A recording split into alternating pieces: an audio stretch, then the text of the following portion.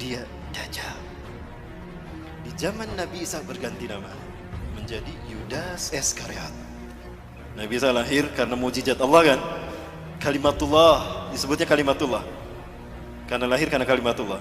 Beliau adalah proses kelahirannya sesuatu yang ajaib. Ini kudratullah dan keajaib, keagungan Allah. Lahir tanpa seorang ayah. Nabi Isa sejak kecil itu dipelihara oleh Nabi Zakaria. Karena Nabi Zakaria ini adalah kakeknya. Nabi Zakaria adalah pamannya Siti Maryam. Maka Nabi Isa ini adalah cucu Nabi Zakaria. Dan Nabi Zakaria saat itu melahirkan anak yang bernama Nabi Yahya. Itu hampir satu usia, satu angkatan dengan Nabi Isa. Kedua-duanya dibawa ke Baitul Maqdis, bumi Isra Mi'raj Rasulullah, di Al-Aqsa. Mendengar ceramah pendeta Sanhedrin. Pendeta Sanhedrin inilah pendeta yang memalsukan Taurat menjadi Talmud. Apa yang mereka lakukan? Yuharifunal kalima am mawadih. Dia menghapuskan satu ayat dari tempatnya. Summa yaktubunal kitaba bi aidihim, lalu dia menulis ayat dengan tangannya sendiri. Summa yaquluna hadza min indillah, kemudian dia mengatakan ini datang dari Allah. Wa ma huwa min indillah, padahal itu bukan dari Allah. Maka setiap kali mereka ceramah tentang inilah Bapak Ibu Taurat yang Allah turunkan pada kita, itu di Masjidil Aqsa, itu di Baitul Maqdis. Nabi Isa saat itu usianya baru 9 tahun. Nah, Nabi Isa dibawa sama Nabi Zakaria ke Baitul Maqdis, mendengarkan ceramahnya pendeta Sanhedrin tentang Taurat. Ketahuan sama Nabi Isa yang seusia ini. Loh kok Taurat kayak gitu? Itu bukan Taurat. Langsung Nabi Isa seusia dedek ini naik ke atas bangku. Langsung tolak pinggang. Wailun lakum in tahu an hadhil mushkilah. Celaka kalian, berhenti dari kebusukan kalian. Innakum tuharifuna al-kalima am mawadih. Kalian telah merubah satu ayat dari tempatnya. Itu ayat kalian sendiri yang ngarang. Taurat demi Allah, bukan demikian. Aku Isa bin Maryam, Nabi dan Rasul Allah. Allah mewahyukan kepadaku bukan hanya Injil tapi juga Taurat. Taurat yang kalian maksudkan harusnya begini, bla bla bla bla bla. Setiap kali ceramah pendeta Sanhedrin itu dibantah sama Nabi Isa. Setiap kali pendeta Sanhedrin ceramah, Nabi Isa membantahnya karena mereka membohongkan Taurat. Maka apa yang terjadi? Wah, itu para pendeta Sanhedrin kumpul tuh. Ini anak iki bocah, kalau dibiarin tekor kita. Ketahuan bohongnya kita kan? Jadi gimana? Bunuh dia. Kita ini pesuruh Tuhan, gak mungkin kita membunuh orang manusia. Apalagi dia Nabi dan Rasul. Gampang. Bukan kita yang membunuhnya. Kan kita sudah terbiasa mengarang cerita. Bikin aja cerita. Cerita apa? Cerita Tuhan bingung. Pernah dengar doktrin Tuhan bingung? Dari sinilah lahirnya keyakinan agama Kristen hari ini. Dikarang cerita Tuhan bingung, disebarkan kepada manusia, maka jadi agama sekarang. Kenapa Tuhan bingung? Bingung mikirin Nabi Adam. Udah jelas jangan dipetik tuh buah pohon kayu, dipetik sama Siti Hawa kan? Lalu dimakan. Tuhan marah saat itu. Tuhan murka ketika Tuhan akan menghukum Adam. Aduh, kasihan Adam. Adam tuh manusia. Jangankan Adam, alam semesta aku sentil hancur, apalagi Adam. Maka bingung Tuhan. Kok Tuhan bingung? Inilah jahatnya, inilah sesatnya mereka.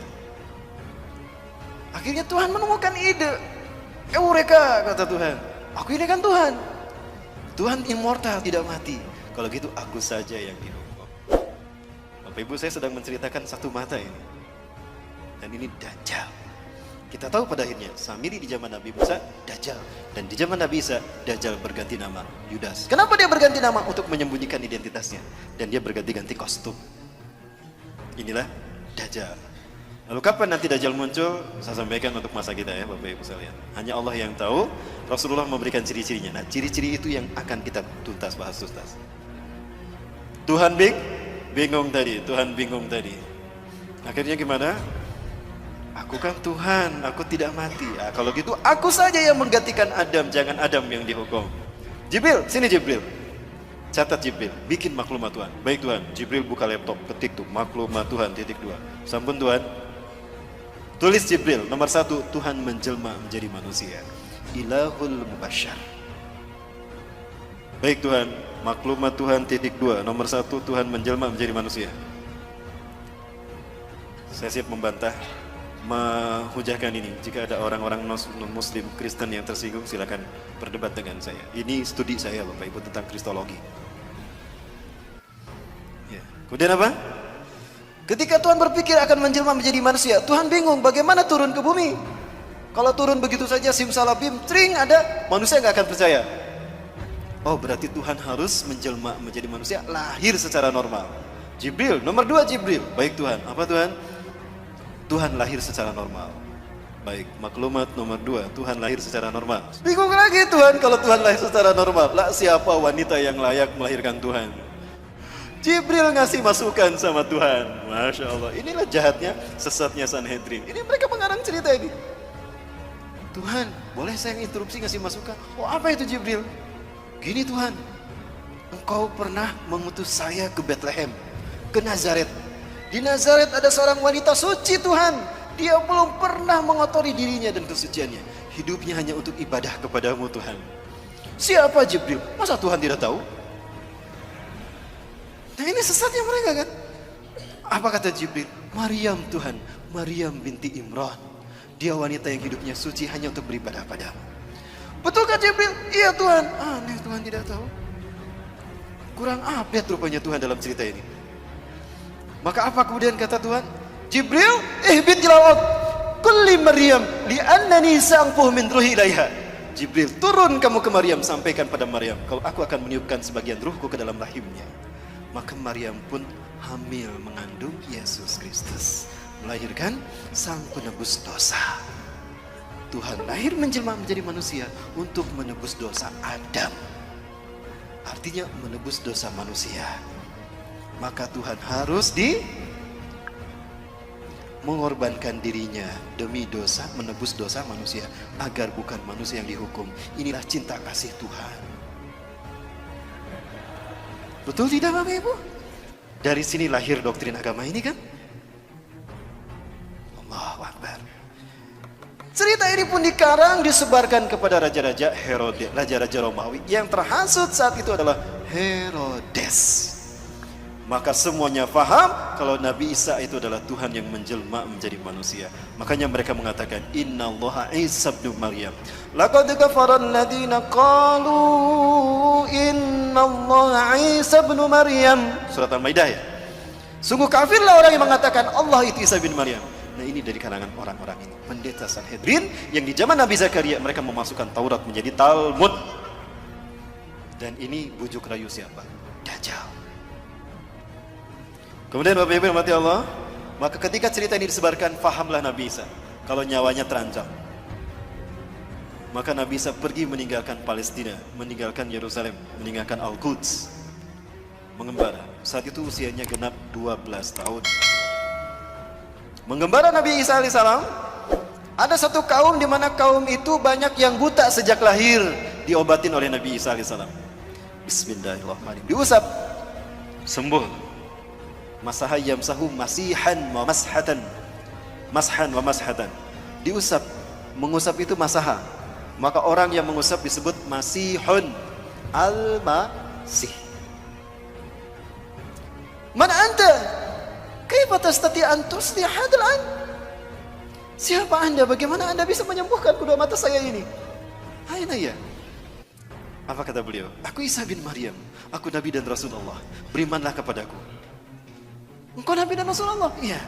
Allah telah mengutusku menjadi Nabi dan Rasul bagi kalian. Dijelaskan dakwah Nabi Isa, berimanlah mereka. Salah satu dari mereka yang beriman bernama Barnabas. Mengembara lagi. Ketika mengembara lagi ada pula kemudian ada yang beriman lagi. Di antara mereka ada yang penyakit sopak belang, diusap oleh Nabi Isa. Bismillah, dengan kodrat Allah, dengan izin Allah sembuh tuh. Bismillahirrahmanirrahim. Masaha yamsahu, diusap, sembuh. Siapa Anda? Kenapa Anda bisa menyembuhkan? Demi Tuhan, bukan manusia yang bisa menyembuhkan ini. Aku manusia, aku Isa bin Maryam. Hati-hati, aku Isa bin Maryam, Nabi dan Rasul kalian. Dakwah mereka, didakwahi mereka sama Nabi Isa. Berimanlah mereka. Salah satu di antara mereka bernama Yakobus. Terus berdakwah tuh kemana-mana. Di antara mereka beriman semua. Kemudian ada 12 orang. Ada 12 orang yang kemudian menjadi murid Nabi Isa alaihissalam. Kemanapun Nabi Isa pergi, mereka menemaninya. Itulah yang kita kenal dengan sebutan Hawariyun. 12 orang. Nah, ini Bapak Ibu sejarah Nabi Isa. Nah, Dajjal masuk ke tengah-tengah Hawariyun. Jumlah mereka yang tadinya 12 menjadi 13. Siapa dia? Yudas Iskariot. Dajjal dia, Bapak Ibu. Hati-hati kalian. Iblis telah masuk ke tengah-tengah kalian, kata Nabi Isa. Hati-hati, iblis ada di tengah-tengah kita. Mereka menyangka iblis itu yang tidak terlihat, padahal iblis yang dimaksudkan adalah Yudas. Siapa yang paham itu? Barnabas. Pengikut Nabi Isa yang paling jeli dan cerdas. Dialah yang menuliskan kembali Injil yang benar, sehingga disebutlah Injil Barnabas, yang kemudian dituliskan kembali oleh Ashabul Kahfi. Siapa yang menulisnya Ashabul Kahfi? Pimpinan Ashabul Kahfi, Maximilianus. Bapak Ibu yang dirahmati Allah, terungkap semua misteri ini kan, semua fitnah sejak zaman Nabi Musa sampai Nabi Isa. Nanti kita bedah di masa fitnah di zaman kita. Di zaman Nabi Muhammad ada sosok yang diduga Dajjal. Dia bernama Ibnu Soyan. Ciri-cirinya mirip Dajjal, tapi ternyata dia bukan Dajjal. Ya. Rasulullah belum pernah bertemu Dajjal. Yang pernah bertemu dengan Dajjal adalah Tamim Ad-Dari, seorang sahabat dari Persia, sekampung dengan Salman Al-Farisi. Dia adalah seorang pelaut. Dia melihat Dajjal dengan mata kepala sendiri. Ini satu dalil kuat bagi kita bahwa Dajjal itu manusia, bukan Fomeo. Setelah sampai kepada momen terkait dengan Yudas Iskariot ini, pengkhianatannya, Allah berfirman pada Nabi Isa, Isa bin Maryam, aku akan menyampaikan engkau kepada saat di mana engkau akan aku angkat. Ya. Bapak Ibu silakan buka Quran surat Al-Imran ayat 55. Nabi Isa merasakan akan ada pengkhianatan dari Yudas Iskariot dan kaumnya. Para pendeta Sanhedrin berhasil menipu Raja Romawi yang bernama Herodes, atau orang menyebutnya Herodus yang agung, the Great Herodus. Maka saat itu Herodus dan pasukan Romawi datang mencari-cari Nabi Isa untuk menangkap Nabi Isa dan menyalib Nabi Isa alaihissalam. Allah wahyukan itu pada Nabi Isa. Maka Nabi Isa memahami itu, kemudian Nabi Isa berfirman. Ada dalam Quran surat As-Saff. A'udzubillahi minasyaitonirrajim. Iz qala Isa ibn Maryam lil hawariyyin man ansari ila Allah. Ya, surat As-Saff. Ingatlah ketika bersabda Isa bin Maryam kepada Hawariyin, siapakah yang akan menolong aku untuk menegakkan agama Allah? Qala al-hawariyuna nahnu ansarullah. Itu saat terakhir perpisahan dengan Nabi Isa. Kemudian Nabi Isa mengatakan, kelak di antara kalian ada orang yang berkhianat kepadaku dan dia menggantikan tempat kedudukanku. Ya. Kemudian apa yang terjadi Bapak Ibu? Datanglah seseorang kepada Nabi Isa dan kaumnya Hawariyun. Intabi wa antum, intabi wa antum. Bersembunyilah kalian, bersembunyilah kalian. Wa anta ya Masih Nabi Allah. Anda juga wahai Nabi Allah. Anda harus bersembunyi. Kenapa? Sesungguhnya Herodes dan tentaranya Romawi dan juga para pendeta Sanhedrin sekarang datang untuk menyangkap Anda dan menyalib Anda Tuanku. Maka Nabi Isa kemudian memerintahkan kaumnya bersembunyi, termasuk Nabi Isa pun bersembunyi. Bersembunyilah semuanya. Nah, Herodes bilang, aku tahu kalian bersembunyi di sekitar sini. Begini saja, kata Herodes, aku tawarkan dengan bijaksana. Siapa di antara kalian yang mau memberitahukan di mana Al-Masih bersembunyi? Aku tidak akan menangkap kalian. Yang aku butuhkan Al-Masih. Siapa di antara kalian yang mau memberitahukan kepadaku di mana Al-Masih bersembunyi? Aku akan berikan dia sepertiga harta kerajaan Pontius Pilatus atau harta kerajaan Herodes. Dan aku akan mengangkatnya sebagai patih kerajaanku. Yudas Iskariot, Dajjal. Aku butuh kekuasaan untuk mempengaruhi manusia. Dan aku butuh harta untuk keliling dunia. Kalau gitu aku saja yang memberitakan. Pucuk dia cinta ulam tiba, kata dia. Keluarlah dia. Berbicara kepada Herodes. Ya, berbicara kepada siapa? Herodes, Raja Romawi. Aku tahu di mana Al-Masih bersembunyi. Ikuti aku. Ketika dia akan masuk ke tempat Nabi Isa bersembunyi, di situ Allah berfirman kepada Nabi Isa. Quran surat Ali Imran ayat 55. Iz qala Allahu ya Isa. Iz qala, ingatlah ketika berfirman. Ingatlah Muhammad qala ketika berfirman. Siapa? Allah. Ya Isa, hai Isa, ini mutawaffika. Kalimat mutawaffika, wafat itu bukan berarti mati. Sesungguhnya aku akan mewafatkan kau. Itu artinya bukan mematikan kau. Wafat tidak selamanya artinya mati. Di dalam surat Al-An'am ayat ke-60 Allah berfirman, A'udzubillahi minasyaitonirrajim. Wa huwal ladzi yatawaffakum bilail wa ya'lamu ma jarahtum fil nahar. Dialah Allah yang telah menidurkan engkau di waktu malam dan Allah mengetahui apa yang kalian lakukan di waktu siang. Artinya wafat ini bisa berarti tidur. Berarti Nabi Isa kalimat ini mutawafika, sesungguhnya aku akan menidurkan kau Isa. Jadi Nabi Isa ditidurkan, tidak dimatikan. Wa rafuka ilayya, dan aku akan mengangkatmu ke sisiku. Artinya Nabi Isa diangkat dengan fisiknya. Wa mutahhiruka minal ladzina kafaru, dan aku akan membersihkan namamu dari orang-orang kafir. Yang bergelar Al-Masih itu bukan Dajjal, tapi Nabi Isa alaihi salam. Allah tunjukkan nanti, makanya Allah turunkan siapa sesungguhnya yang bergelar Al-Masih dan siapa sebetulnya menebar fitnah atas nama Isa bin Maryam. Maka Nabi Isa diturunkan untuk membunuh Dajjal. Di mana Nabi Isa akan membunuh Dajjal? Di Aleppo, Suriah, Damaskus, di Masjid Umawi, masjid yang bermenara putih. Saat itu kaum muslimin akan melaksanakan salat subuh berjamaah. Ketika itu qomat sudah dikumandangkan. Wa imamukum al-Mahdi, imam kalian al-Mahdi, kata Rasulullah. Ini ada dalam syarah Sahih Muslim, syarah Syekh An-Nawawi. Kata Imam Mahdi, "Stawu subuhakum tarasuata dulu. Luruskan, dapatkan saf kalian." Ketika sedang meluruskan saf, maka fanazala Isa bin Maryam. Turunlah Isa bin Maryam. Memegang sayap dua malaikat ala janahain malakain. Apabila melihat ke bawah berjatuhan air tanda beliau telah berwudu. Apabila melihat ke atas, beliau menjatuhkan sesuatu mirip mutiara. Kemudian, maka ketika Yudas masuk, Nabi Isa ada tidak di sini? Tidak ada, karena Nabi Isa sudah diangkat Allah ke langit. Maka ketika Yudas masuk, ditemukan gak Nabi Isa? Tidak ada. Nah, ketika dia di dalam, dia mengalami apa yang Allah bahas dalam Quran surat An-Nisa ayat 157. Wa qalihim inna qatalnal masih Isa bin Maryam Rasulullah. Wa ma qataluhu wa ma salabuhu. Ya. Mereka tidak membunuhnya, kata Allah. Berarti mati tidak? Tidak, kan tidak dibunuh. Wa ma salabuhu, dan tidak pula menyalibnya. Berarti siapa yang disalib? Yudas Iskariot. Bapak Ibu, kalau di dalam salibnya Katolik itu biasanya ada tulisan INRI. Ada yang mualaf di sini? Ya, ada tulisan INRI. Ini pakai huruf ya. Kalau ditanyakan pada orang-orang non muslim itu, apa arti kata INRI? Saya pernah melakukan.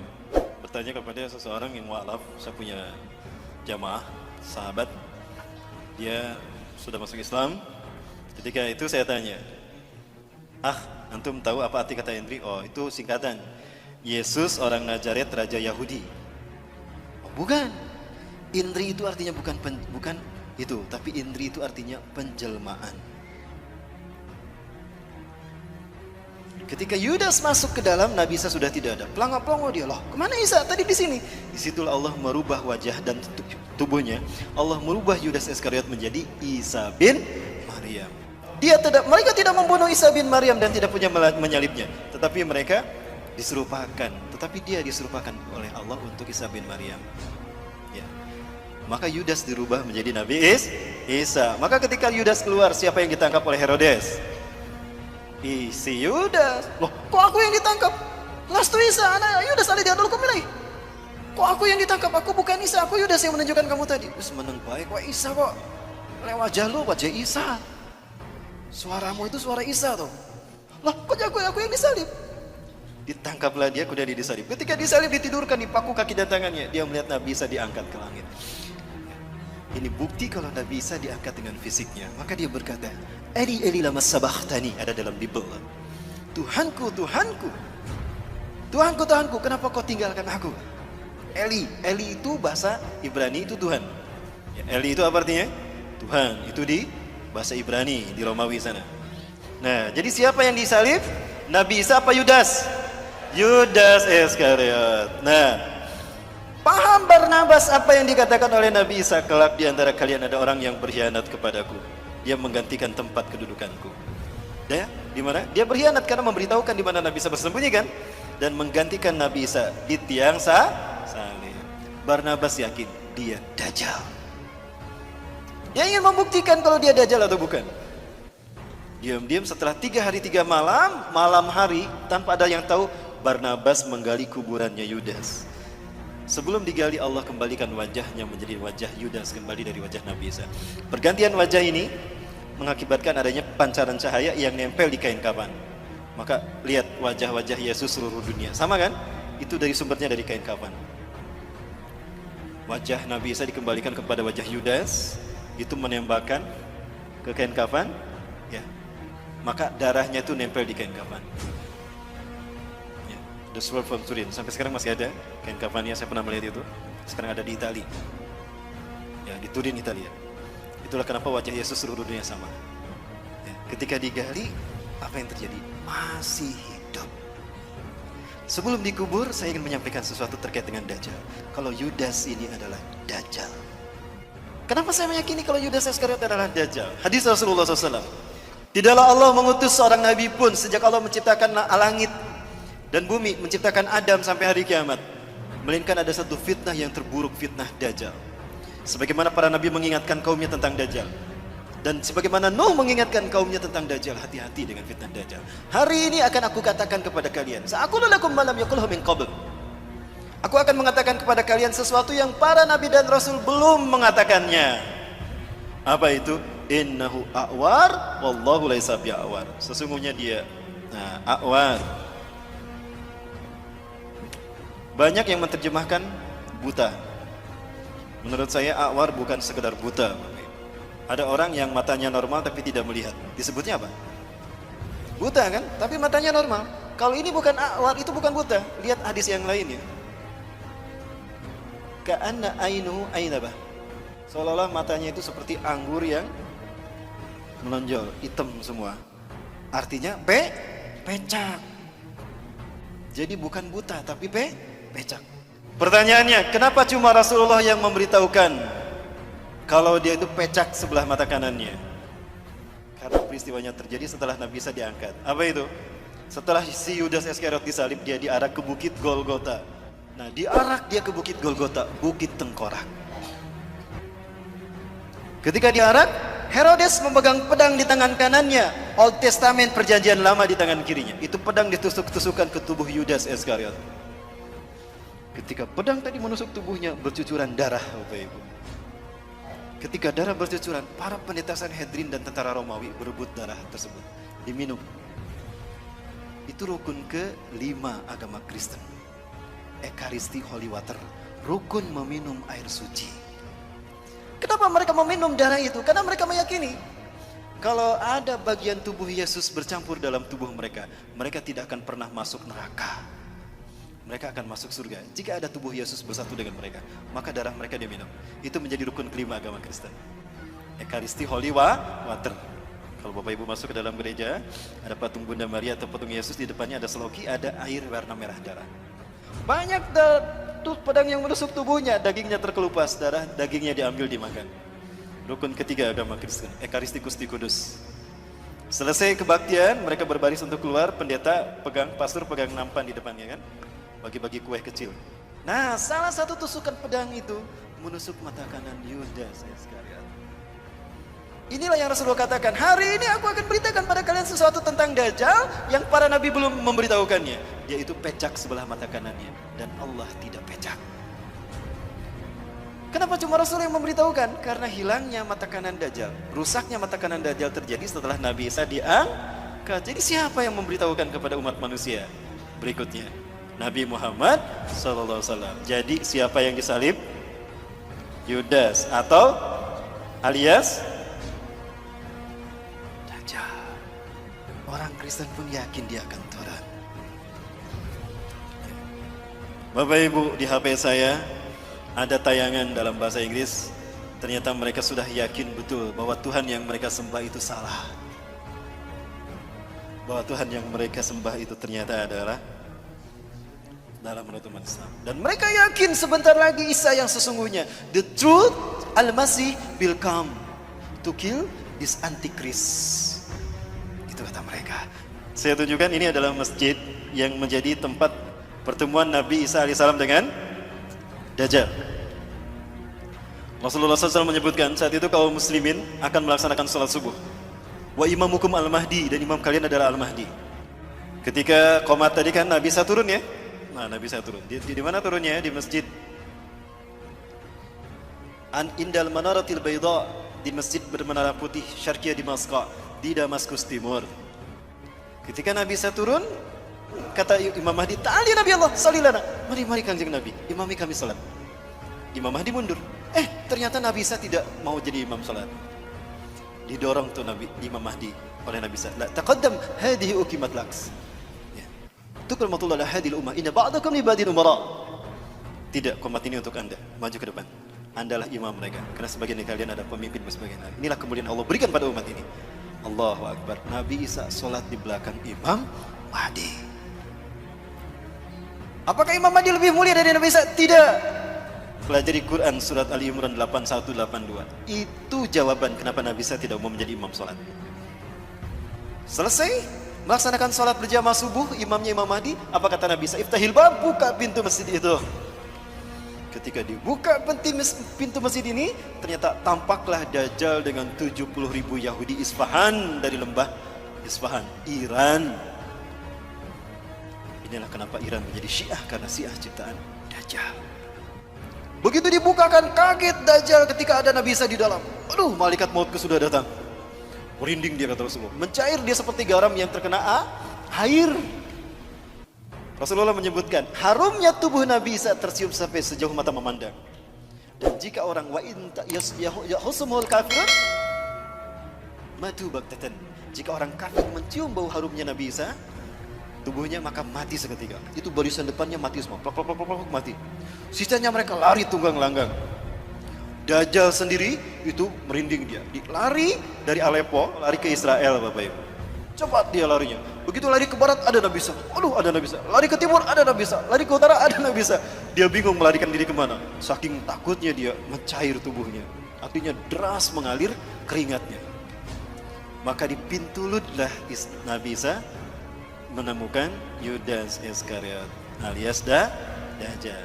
Di pintu Lud, kata Rasulullah dalam hadis riwayat Imam At-Tirmidzi, Dajjal terdampar, tidak bisa melarikan diri. Dibunuhlah oleh Nabi Isa alaihissalam. Ya, kemudian di pintu Lud lah dia terdampar. Di mana pintu Lud itu? Pintu Lud adalah tempat di mana Dajjal dibunuh Nabi Isa. Ini kata Rasulullah di dalam hadis riwayat Imam Al-Hakim dalam kitab Al-Mustadraknya. Isa bin Maryam akan membunuh Dajjal di gerbang Lud. Yaqtulu Isa bin Maryam ad-Dajjal bi Babiludin. Ya, hadis riwayat Imam At-Tirmidzi dalam kitab Mustadrak juz ke-4 ayat 105. Seperti apa pintu Lud di mana Nabi Isa membunuh Dajjal? Ini dia. Inilah pintu Ludnya. Subhanallah. Di Lud itu sekarang 13 mil timur Tel Aviv. Bapak Ibu kalau umroh plus Aqsa, saya biasa membawa jamaah ke Tel Aviv. Tapi kita tidak bisa masuk ke dalam karena ada pangkalan militer Angkatan Udara Israel. Bapak Ibu rahmatullah. Pertanyaannya, kapan itu terjadi? Baik, kapan itu terjadi Bapak Ibu? Mau kita bahas angkanya? Kita hitung angkanya. Kapan Dajjal muncul kata Rasulullah? Baik, kita bahas dulu angkanya Bapak Ibu. Ini hadis Rasulullah.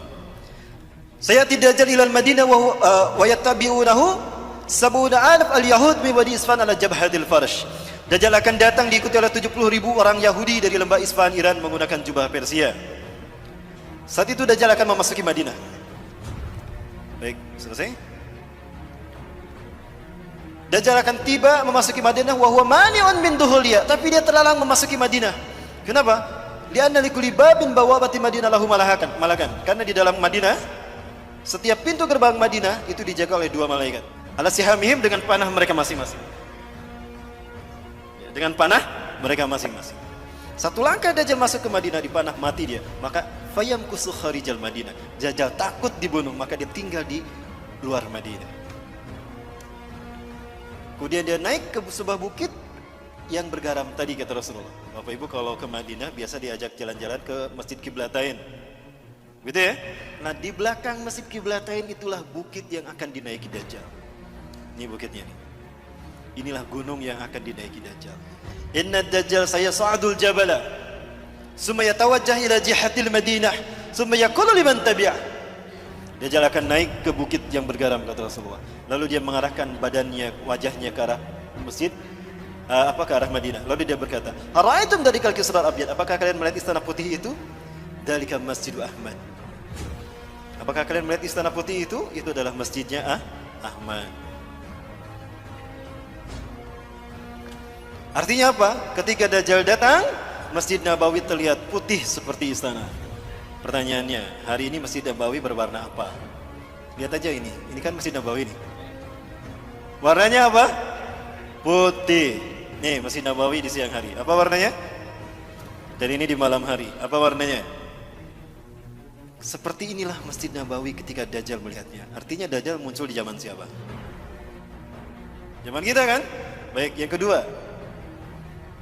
Sayati al-Masjid Dajjal wa huwa mani'un min dukhulil Madinah. Wa laha sab'atu abwab. Dajjal akan datang ke Madinah. Saat itu Madinah punya 7 pintu gerbang. Yang setiap gerbangnya dijaga dua malaikat dengan panah mereka. Pertanyaannya, hari ini Madinah berapa pintu gerbangnya? Kata Rasulullah, kalau pintu gerbang Madinah sudah ada 7, itu hari di mana Dajjal akan datang. Pinten bu? Sudah 7. Hari ini Madinah sudah punya 7 pintu gerbang. Jadi Dajjal muncul di zaman siapa? Baik Bapak Ibu. Peristiwa tadi, sholat berjamaah subuh lalu Nabi Isa turun dan Dajjal Allah pertemukan dengan Nabi Isa. Lalu Nabi Isa membunuh Dajjal. Di pintu Lut tadi Nabi Isa membunuh Dajjal. Kamu yang menuduh saya Tuhan, terus cabut lagi. Padahal kamu adalah makhluk terkutuk. Terus, gitu Dajjal. Menyakitkan sekali. Begitu dahsyat, hebat dan kuatnya Nabi Isa membunuh Dajjal. Sampai darahnya terciprat pada pasukannya. Kapan itu terjadi? Baik, kita hitung ya. Hanya Allah yang tahu, tapi Rasulullah memberikan kisi-kisi pada kita. 100 tahun sekali Allah akan membangkitkan seorang mujadid reformis. Bukan Nabi, bukan Rasul, tapi mujadid yang tugasnya satu, membersihkan Islam dari ajaran sesat. Islam bersih sebagaimana Rasulullah dan para sahabat dulu. Kemudian Imam Mahdi ini, mujadid ini akan membuat Islam memimpin dunia. Seluruh dunia akan dipimpin oleh Islam. Itu 100 tahun sekali terjadinya setelah Rasulullah wafat. Pertanyaannya, abad kejadian Islam sebelum kita siapa? Turki Utsmani. Turki Utsmani berakhir di tahun berapa? 1924. Baik, andaikan ini abad kejadian Islam sebelum kita. Sepakat ini abad kejadian Islam sebelum kita? Tambah 100, berapa? Berapa? 2024. Saiki tahun pinten mas? 2019. Berapa tahun lagi? 5 tahun lagi. 5 tahun lagi? Berarti ini adalah tahun tersulit bagi kita tinggal di muka bumi. Bapak Ibu sekalian, 5 tahun ini saya potong menjadi 3. Kenapa 3? Ini kata Rasulullah dari hadis riwayat Abi Umamah. Betulkah 3 tahun lagi? Nantikan di episode yang akan datang. Barangkali itu dulu Bapak Ibu yang dapat saya sampaikan, lebih dan kurangnya mohon maaf. Yang benar dari Allah, yang salah ada kutipan saya pribadi dan saya beristighfar, astagfirullahaladzim. Ya, terima kasih Bapak Ibu. Hadanallahu wa yakum asmin wa minkum. Assalamualaikum warahmatullahi wabarakatuh.